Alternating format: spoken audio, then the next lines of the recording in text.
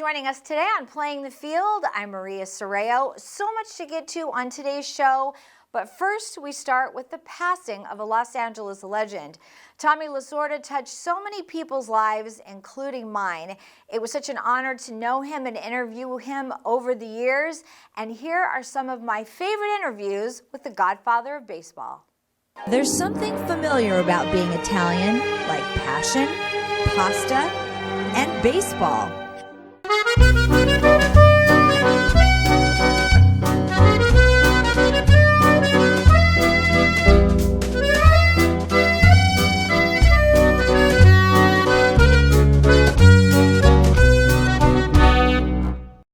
You know, you have an Italian Hall of Famer, you have an Italian general manager, and you have an Italian manager. Now the five families are happy.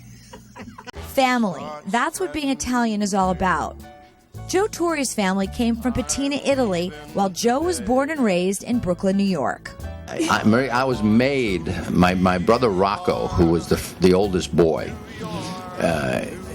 he used to say, "Mom, can I go play baseball in the park?" She said, "Yeah, only if you take Joey with you." So that he had to take the carriage and take me to the park while he played baseball, and that was part of his deal.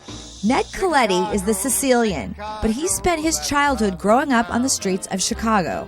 Sunday was a big dinner. Yeah. Sunday was a big dinner, and on Friday nights we used to have pizza, believe it or not. Every Friday and every Sunday was a big dinner, and Christmas was a huge dinner. And Tommy LaSorda, his family came from Abruzzo, Italy, while Tommy spent his younger years on the East Coast, where he was passionate about two things: being Italian and playing baseball.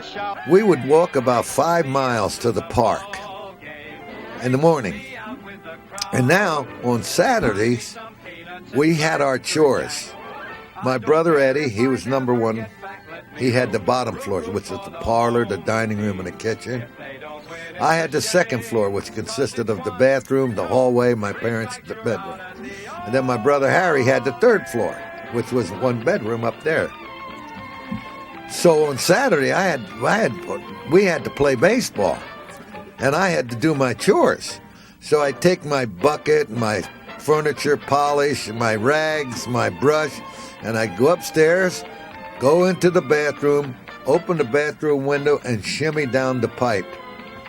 And I'd crawl alongside the house, and then boom, I'm gone to the park all day.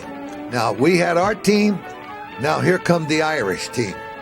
They come from the Irish side of town, St. Patrick's. We were down in the East End. Then we're playing them. No coaches, no umpires.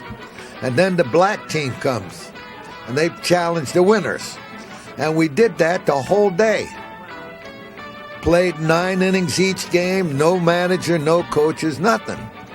And then when I went home, I knew I was going to get the strap. But it was well worth it to take a beating to be able to play baseball all day long.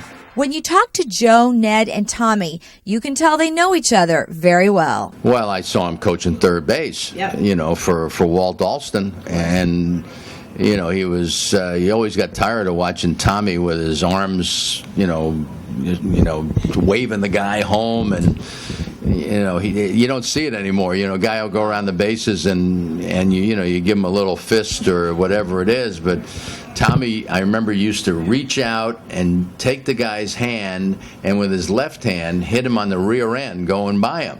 It's still vivid right here in my memory bank.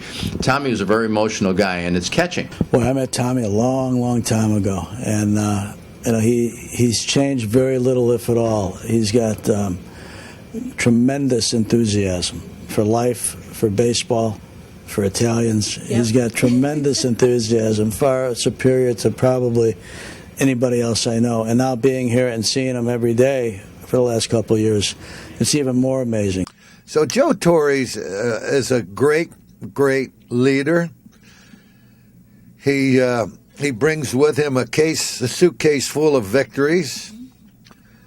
And anybody who can manage that long in New York has to be somebody special.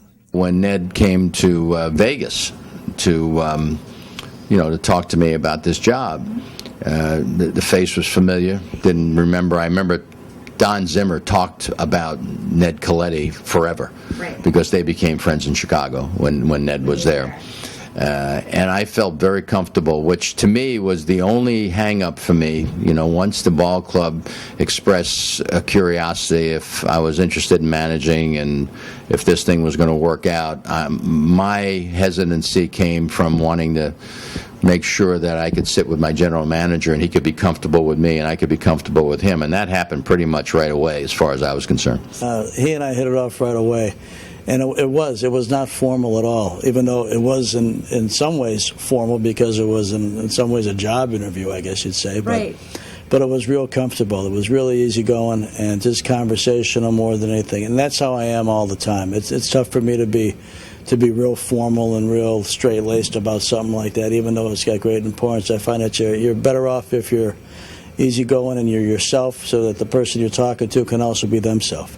So how do these three men translate their rather emotional side of their heritage to baseball? The stubbornness that we all maintain, I think, in our character too. It'll be, Joe and I have had a lot of different conversations, and it's pretty interesting because we're both very respectful of each other. Of course. And so we don't get to the point where it's so stubborn and so one-sided that somebody's not ready to budge or make a move. So.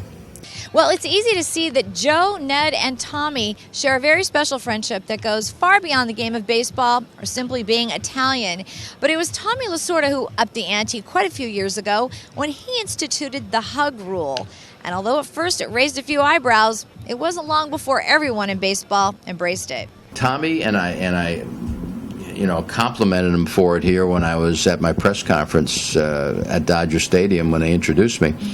That he basically invented the hug, because these macho guys, you didn't do that stuff. Well, Joe, at his press conference when he came here, he said when Tommy LaSorda came to the major leagues, he started hugging his players, and we all laughed at him.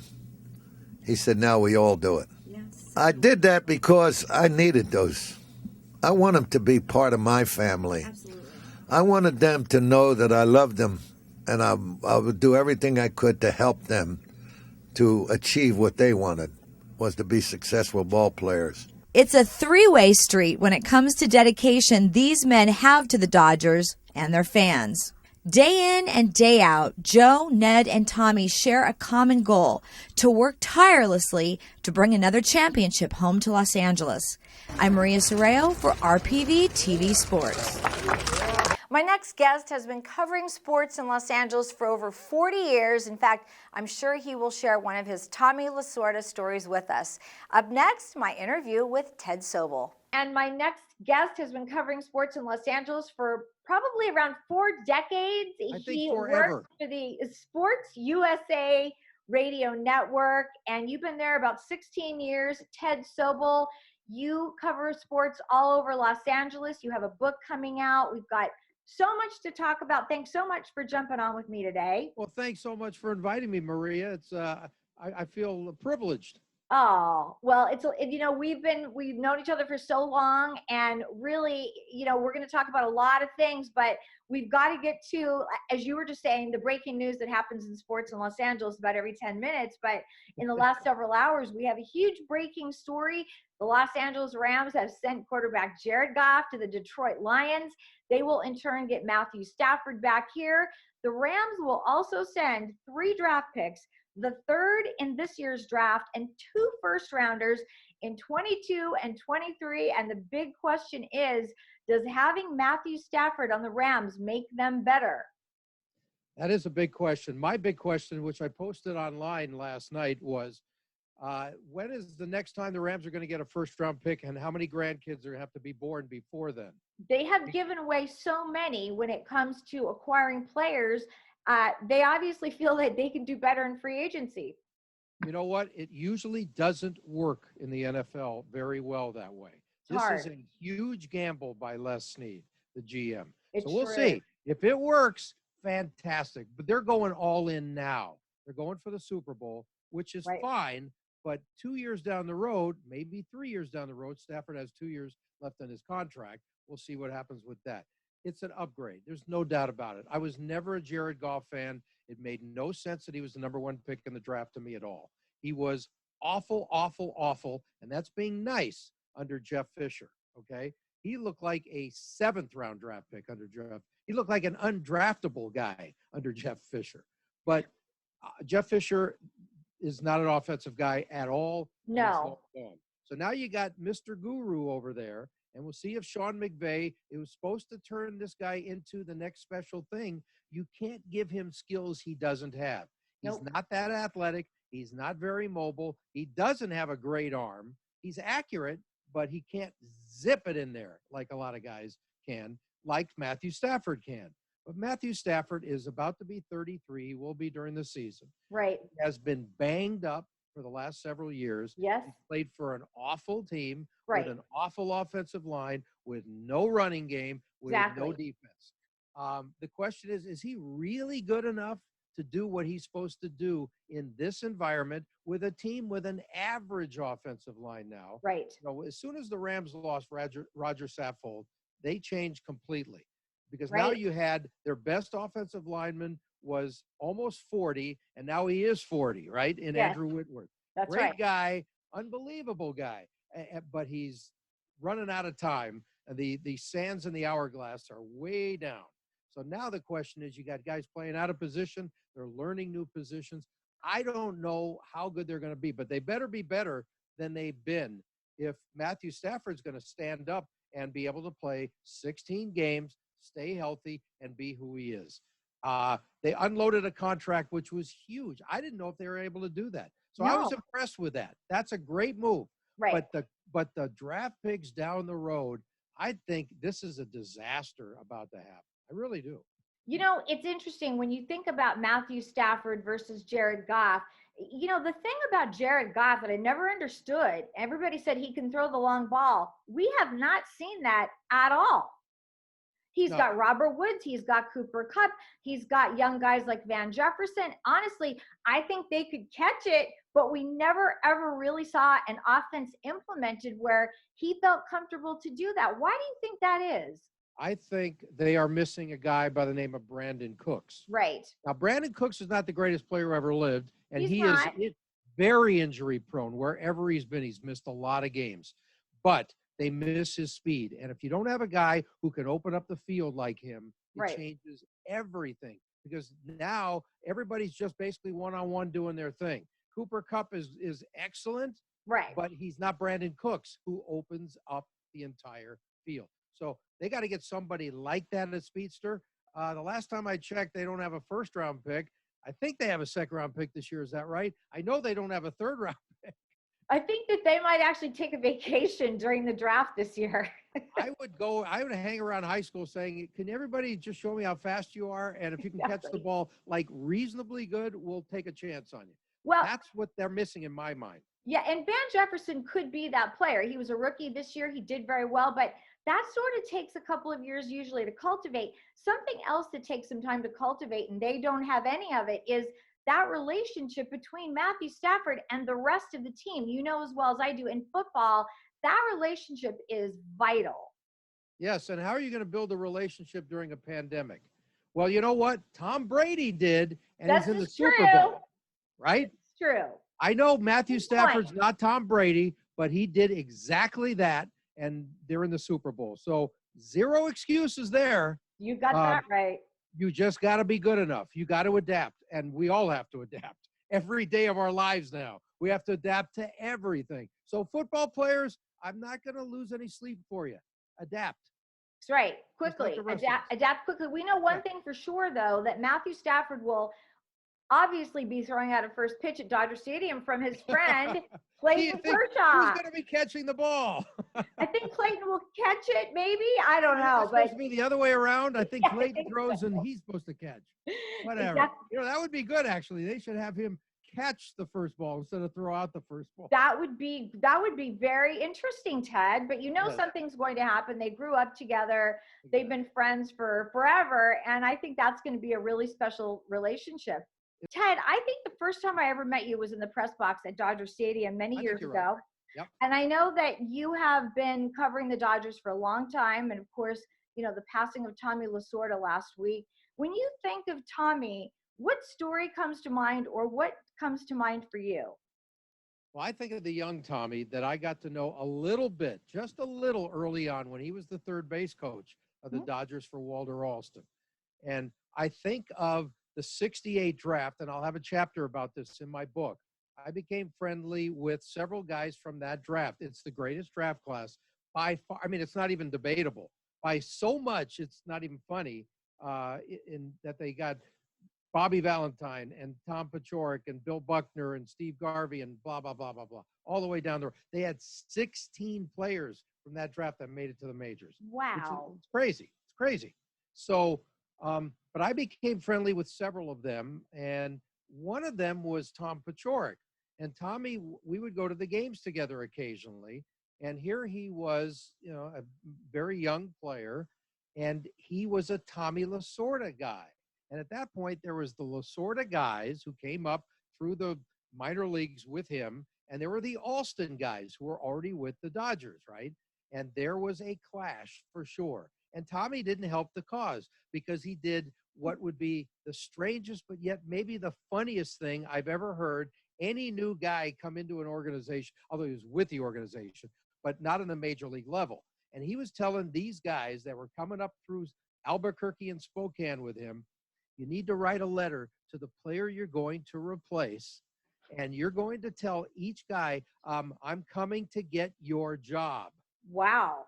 Are you not aware of that? I was not aware of that. Yes. Now, it was sort of being funny, but at the same time, if you're that player, you think that's funny? No. Remember, they weren't making millions of dollars then. No, and it sounds like something LaSorda would do. Yeah, well, that's exactly what he did. So Tom Paciorek would write to, let's say, I think Bobby Valentine wrote to Willie Davis, and Tom Paciorek wrote to Wes Parker, and somebody else was writing to whoever the right fielder was at the time, and they were saying, I'm coming to get your job, and we're going to be there real fast. And Tommy's laughing. He is laughing his ass off. And because it's funnier than hell, but at the same time, these guys go into training camp, and it's like, oh, you're the guy who's going to get my job. Good luck, buddy. Right? Yeah. So that's my remembrance of the start of the Tommy LaSorda era. And like Tommy Paciorek would tell me, Walter Alston's never going to play me. He doesn't like me. I'm a Tommy guy. He's not going to play me. And they ended up trading him because he was right. And Bobby Valentine was traded because he was a Tommy guy. There was a clash there. There was even a clash between LaSorda and Alston, although Tommy sort of dealt with it in a pretty good way. Tried to be politically correct and just smart about it. I mean, you're talking about, a Hall of Fame manager here, who I was not the biggest fan of. I always thought Walter Alston was a bit overrated. Well, Tommy LaSorda will certainly be missed at Dodger Stadium. I mean, the thing that I will always remember about Tommy is, he passed away at 93. Up until that time, or maybe the last year, he's traveling. Yep. He is at the spring training. He comes to every game. There were times I would look at him and think, are you not exhausted? I'm exhausted just thinking about the fact that you jumped off a plane. You decided to go with the guys to New York City for the weekend. I mean, he had so much energy. No doubt about it. Look, I was in his office on his 80th birthday, and we did a one-on-one. And I'll never forget the end of it. He said, Ted, I cannot believe I am 80 years old. Wow. And I said, you don't look a day over 81, I told him. He really didn't. You really didn't, Ted. But he, with all of his health problems, that's the minor miracle there. We should all live to be 93, right? Absolutely. I mean, that would be fantastic. And to go through all the heart issues and all the other stuff that he had to deal with the last decade of his life. I mean, a difficult time, but he kept battling through it. He kept up his passion for everything. And, guys like Bobby Valentine, who basically he was his second father to Bobby. Right. We talked about him. I did a podcast with Bob about it, and Tommy joined it a little bit on there. It was the kind of thing where he lived for this. He did.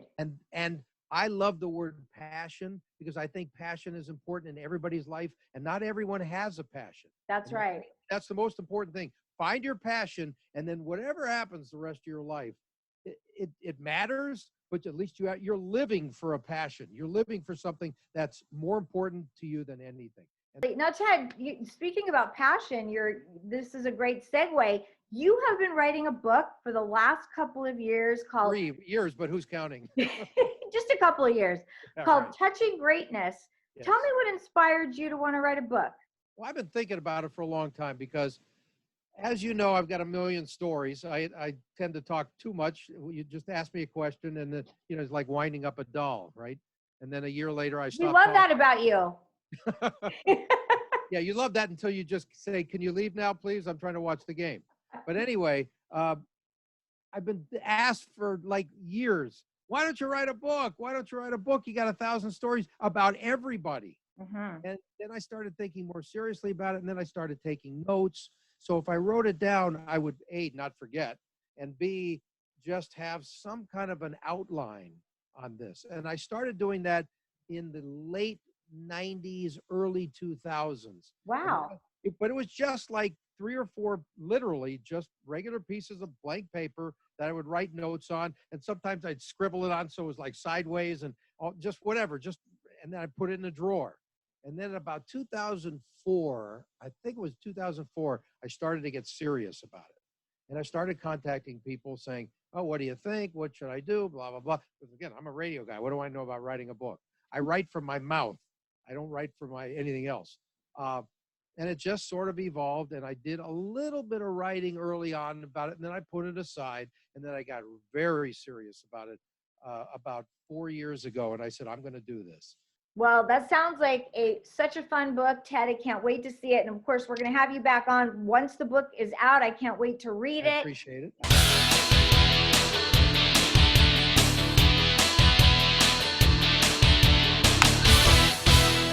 And while both of our Los Angeles NFL teams are through for the season, the Los Angeles Rams did manage to get back to the playoffs. Unfortunately, the Green Bay Packers were a little bit more than the Rams could handle. Here's some final thoughts from the coach and the players. First of all, it's still, the finality of everything is so sudden. I think, for us right now, the first thing that we're going to do is kind of catch our breath, let the dust settle, get away, and really evaluate everything, whether it's free agents as we move forward. I think it's important that we continue to establish a high level of competition at all spots, continue to do a better job looking inward. I know I've got to, I always want to try to be self-reflective, but whether it's coaches, players, everything that we do, we want to continue to try to evaluate, reflect, do it at a higher level, and trying to find ways to continue to be relevant and competitive. And also, give yourself a chance to continue your season past, these positions, while not minimizing. There was a lot of good things that our players and our coaches did to get yourself in a position to be in the divisional round. But you start over.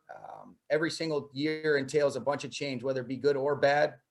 And that's where we're in the evaluation mode right now. But I do think, the best way to make those sound decisions and the competitive decisions that I think are necessary for you to really press the envelope from all angles is to really take a step back, then give yourself a chance to really look at it, with a good perspective, the right perspective, and then be able to make decisions, whether it's free agents, starters, different things like that as we move forward. But the competition, the environment, the atmosphere, talked with a couple of players about that. Everybody earning their spots. I think that's something that we want to continue to try to really create and make sure that competition is present and relevant in everything that we do. Looking forward to attacking that opportunity, but also catching our breath and taking a step back as well. I think that's what I was most proud about this defense in this game. Was there was a lot of things that didn't go our way, but there wasn't one time where we got to pointing fingers or anything like that. This defense definitely has a lot of ownership. So anytime somebody felt like they messed up, man, I got to do better. I got to do something, to help y'all out. So I appreciate this defense, every single person on this defense, because I think as men, we stepped up to the challenge to face anything, never fearing, going out there and playing the best you can do. And I think that's all we can do. We let it hang, we let it out there. And it wasn't for us today. And we just tip our hats to Green Bay. They did a hell of a job today. Much respect to them. And good luck. Hey, Andrew, what do you say to some of the younger players that are going through this for the first time, some of your teammates? Well, I mean, I think obviously when you get to this week, you've accomplished something as a football team. This is, to me, a huge feat. I mean, I can, attest in Cincinnati, played on some really good football teams, some division winners, some opportunities where we were a high seed and thought we were going to have a special run and never made it to this round. So, it's one of those things that I would give away all those division wins, winning divisions to make it to this round and have an opportunity to play to go to the NFC Championship or the AFC Championship. I mean, it's a great thing for those young guys to have experienced. And I think it's awesome because it gives them a little taste of success in it, but also still the hunger that, hey, you know what, there's more out there and we're going to have to rebuild from the bottom and build ourselves back up. So hopefully those young players will use it as a fuel to build themselves back to where they want to go. Oh, yeah, for sure. I had a little moment, when they were taking knees. I just said I loved all the guys I was out there with, dapped them up. It was a heck of a season. Don't know what's going to happen. I might have shed a few tears, but, I'm glad I got it out on the field and, not where anybody could see me. But, yeah, definitely emotional, just not knowing what's going to happen, not knowing if the guys you've been with for 4 years, you're going to be with them again. So, I guess we just go from here and see how it goes. And the Los Angeles Chargers, well, they needed a new head coach, and they didn't have to go very far to find one. Rams defensive coordinator Brandon Staley got the job, and he is ready to get to work. Here's more from the new coach. So now what's the vision for the Los Angeles Chargers? I know that's why a lot of you guys are here. What's the vision for this team, and how are we going to get there? Well, it's simple. The foundation for our team will start with relationships. That will be number one. And the second thing will be competition. Players, coaches, staff, fans, together, we can create something truly special. Each and every day, the Chargers need to be on a mission to create something challenging, competitive, impactful, where people within our team can become their best. And I want to finish by talking to our players in the present, our players from the past, our fans, the city of Los Angeles. You are what makes this team so special. And we're going to do everything we can moving forward to make you proud. It's an honor to represent you. Bolt up. My family and I are so excited to be here. Since I've gotten hired, I've been on a mission to talk to as many guys as I can. I've texted a lot of them, and fellas, if I haven't got you yet, I will. And the other thing that I wanted to do is reach out to a lot of the players from the past that have made this team so special. I've been able to link up with LT, talk to Sean Merriman, talk to Dan Fouts, reached out to several others. And I think that, you have to mean what you say, in this league.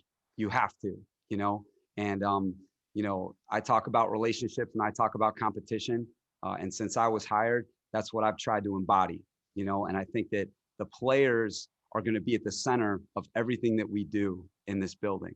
And the relationships with those players are everything. And they will be the most important factor in our success. And I think those guys that you mentioned from my past, Jalen, AD, Khalil, Vaughn, Bradley, whomever, all my players at Carroll and all the way back, I would not be here if it weren't for them.